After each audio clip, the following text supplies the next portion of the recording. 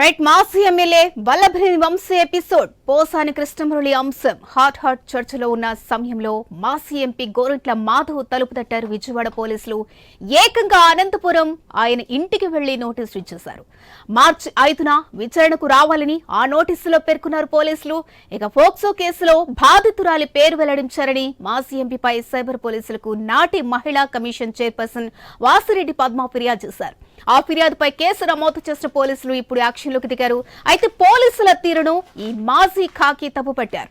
కూటమి ప్రభుత్వం కక్షపూరితంగా వ్యవహరిస్తుందంటూ ఆరోపించారు.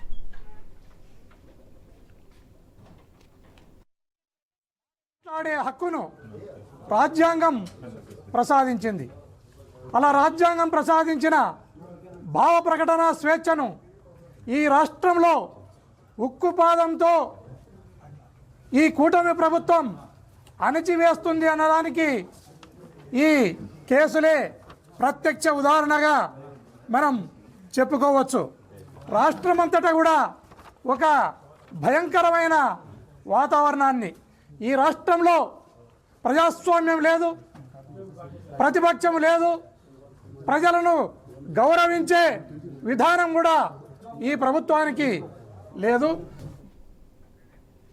మాజీ ఎమ్మెల్యే వల్లభనేని వంశీ ఎపిసోడ్ పోసాని కృష్ణమురళి అంశం హాట్ చర్చలో ఉన్న సమయంలోనే మాజీ ఎంపీ గోరంట్ల మాధవ్ తలుపు తట్టారు విజయవాడ పోలీసులు. ఏకంగా అనంతపురం ఆయన ఇంటికి వెళ్లి నోటీసులు ఇచ్చేశారు. మార్చి 5న విచారణకు రావాలని ఆ నోటీసులో పేర్కొన్నారు పోలీసులు. ఇక ఫోక్సో కేసులో బాధితురాలు పేరు వెల్లడించారంటూ మాజీ ఎంపీపై సైబర్ పోలీసులకు నాటి మహిళా కమిషన్ చైర్పర్సన్ వాసిరెడ్డి పద్మ ఫిర్యాదు చేశారు. ఆ ఫిర్యాదుపై కేసు నమోదు చేసిన పోలీసులు ఇప్పుడు యాక్షన్లోకి దిగారు. అయితే పోలీసుల తీరును ఆ మాజీ ఖాకీ తప్పుబట్టారు. కూటమి ప్రభుత్వం కక్షపూరితంగా వ్యవహరిస్తుందంటూ ఆరోపించారు. ఇక డీటెయిల్స్ వచ్చేసి మా ప్రతినిధి రామాంజనీయులు అందిస్తారు. రైట్ రామాంజనీయులు. ప్రస్తుతం అనంతపురంలోని గోరంట్ల మాధవ్ ఇంటి వద్ద ప్రస్తుతం టెన్షన్ వాతావరణం నెలకొంది.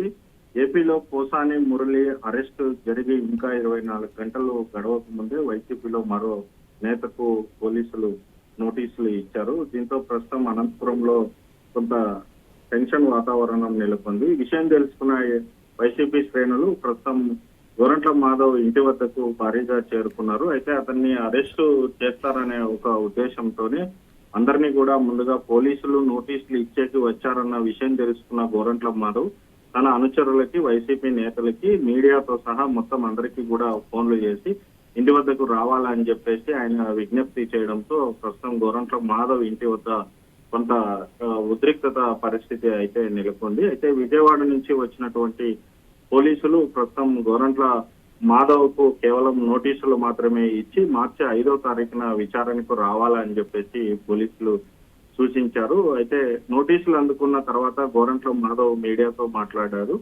రాష్ట్రంలో త్వరలో అంతర్యుద్ధం రానున్నదని, ఇది ముఖ్యమంత్రి చంద్రబాబు, డిప్యూటీ సీఎం పవన్ కళ్యాణ్ ఇద్దరు కూడా గమనించాలని, ప్రశ్నించే ప్రతి ఒక్కరిని కూడా అరెస్టు చేసుకుంటా పోతున్నారు.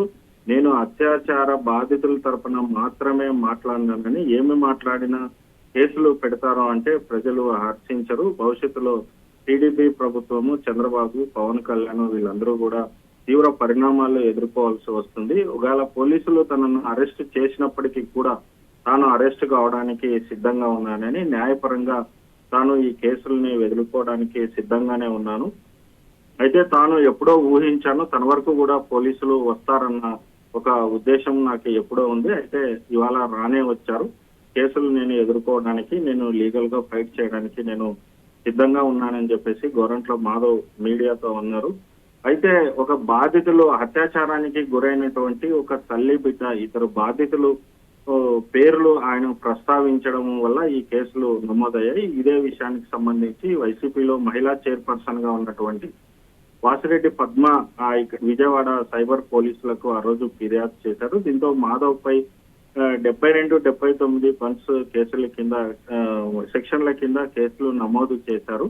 మరి ఆ మేరకే ఆయనకి ఇవాళ వచ్చి నోటీసులు ఇవ్వడము ఇదంతా కూడా జరిగింది. అయితే పోలీసుల వైపు నుంచి కూడా, తర్వాత ప్రజల నుంచి కూడా ఒక మాధవ్ కి ఒక ప్రశ్న వేస్తున్నారు. అయితే సిఐగా, పోలీస్ ఆఫీసర్ గా పనిచేసినటువంటి ఒక గోరంట్ల మాధవ్ కు మరి అత్యాచార బాధితుల పేర్లు చెప్పకూడదా, ప్రస్తావించకూడదా అని తెలిసి కూడా ఆయన ఉద్దేశపూర్వకంగానే ఈ రకంగా మాట్లాడారు.